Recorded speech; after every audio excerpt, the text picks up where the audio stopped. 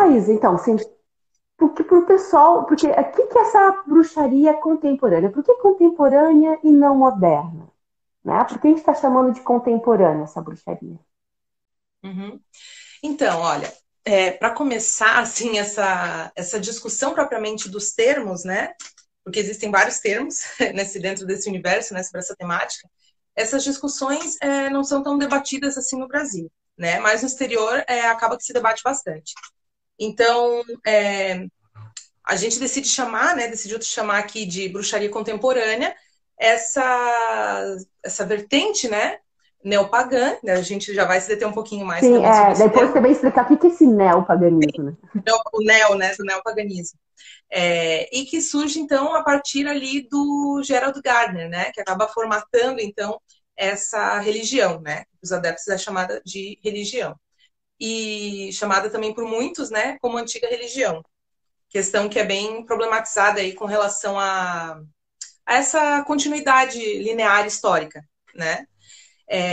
Então, esse é o termo que eu digo eu, a minha orientadora, que é a professora Aline, né, que a gente utiliza.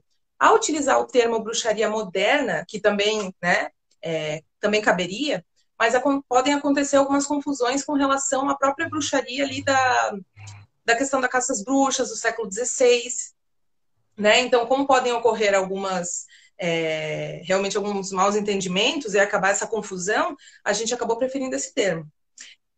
Mas, assim, como que isso está dentro da tua pesquisa? Né? Qual é a tua problemática diante disso? Né? Quais são as tuas fontes?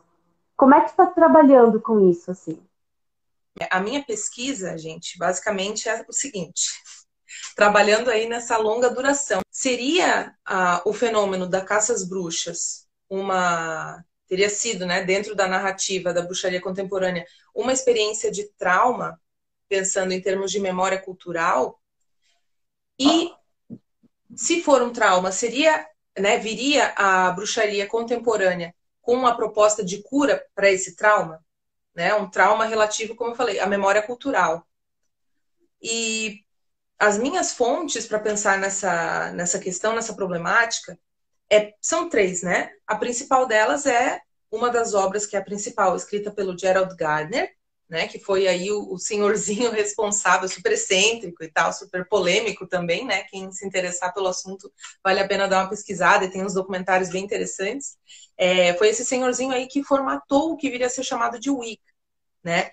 E ele conta que ele teve contato com um grupo real de bruxas, né, ali da região de New Forest, e elas teriam passado para ele vários conhecimentos secretos e explicado para ele que esse culto, na verdade, nunca teria deixado de existir e que teria existido aí durante a Idade Média clandestinamente.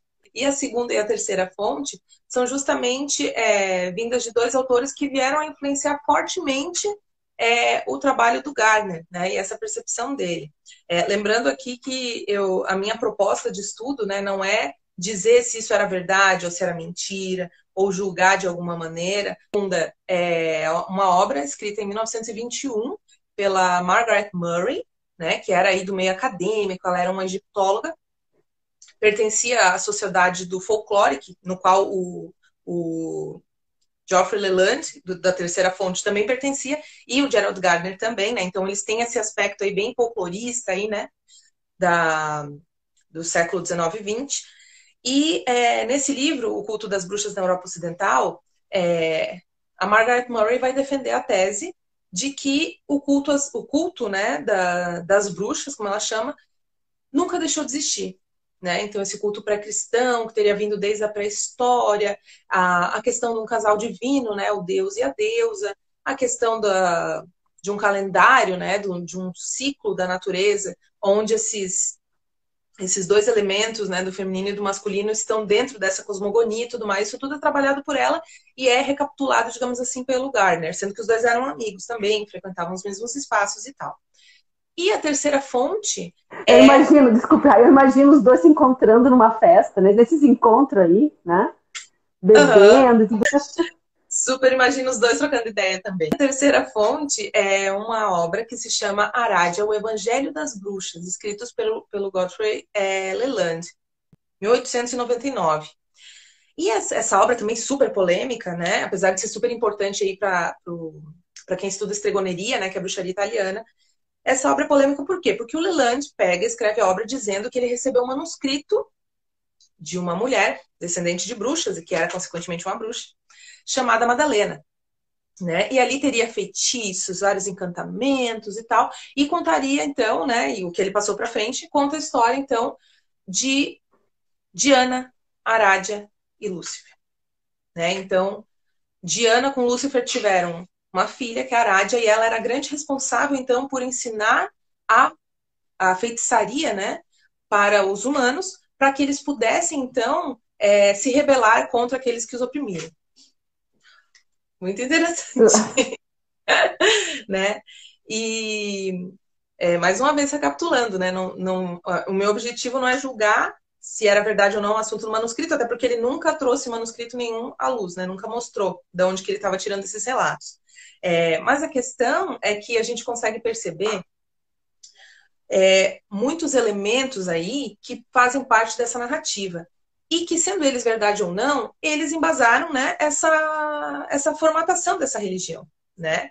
Então, existe aí uma... Isso tudo faz sentido, né? Esses elementos todos fazem sentido nessa narrativa. E aí, a minha pesquisa é no intuito realmente de ver a questão da memória, né? Pelo viés, assim, da memória cultural, né? Porque a gente consegue perceber como esses elementos, eles dialogam, mas não através, como eu comentei, da linearidade, né? Não de uma linearidade realmente de algo que realmente veio, que historicamente tem como ser comprovado. Não, mas a nível de memória, né? Então, a gente percebe como vários... não várias camadas, né? Mas como várias temporalidades vão aí se cruzar. Né? A gente vai ter antiguidade. É uma construção, né? Assim, ó, uma reatualização uma construção cosmogônica, numa reatualização de diversos elementos que estão numa memória cultural. Isso. Né? Memória cultural pensando no asma. Exato, isso. Usando o teórico, né, o historiador e egiptólogo Ian Asman, né? Escreve aí bastante sobre memória junto com a esposa dele, né, a lei da Asma. Então, assim, eu percebo como é muito rico esse aporte teórico-metodológico aí, né, da questão da memória cultural, porque é aquilo, né, para o historiador e para a historiadora, é importante essa diferenciação entre o que é historicamente comprovado ou não, mas quando a gente tem vários elementos, né, vários fios que estão ali enredados e que fazem sentido numa narrativa, que eu estou analisando a nível de narrativa, né, da construção da bruxaria contemporânea, aí sim a gente tem e pode sim usar essas fontes, mesmo elas sendo problemáticas, né, mesmo elas sendo polêmicas, mesmo elas não trazendo exatidão histórica. A questão do feminino dentro ali, que é algo... E a relação com o feminismo. Uhum.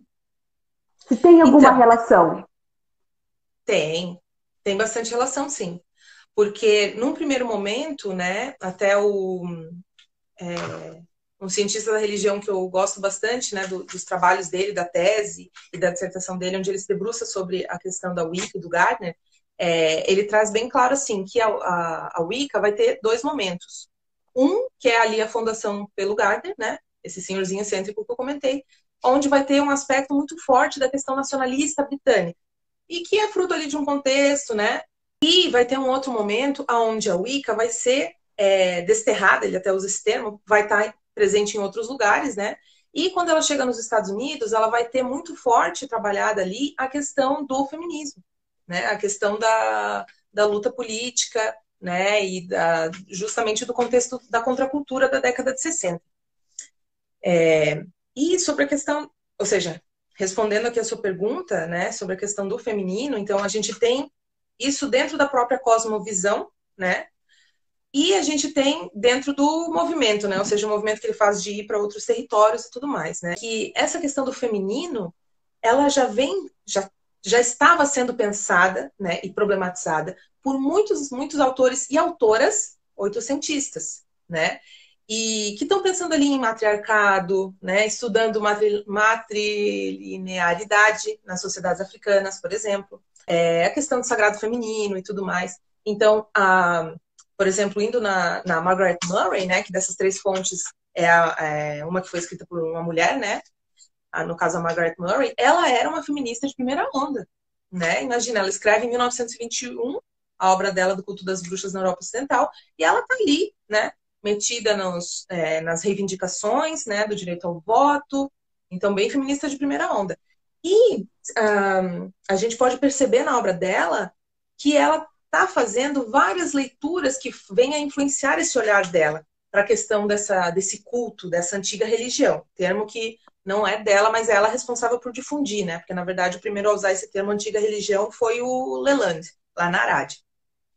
Então, ela está lendo essas escritoras, né? E escritores oitocentistas que estão trabalhando nesse sentido. Quer dizer, a Murray está dentro de um processo, de um processo de pensamento, pode talvez até um pensamento acadêmico, e ela então tenta articular tudo isso no livro dela, e o Gardner acaba bebendo nisso.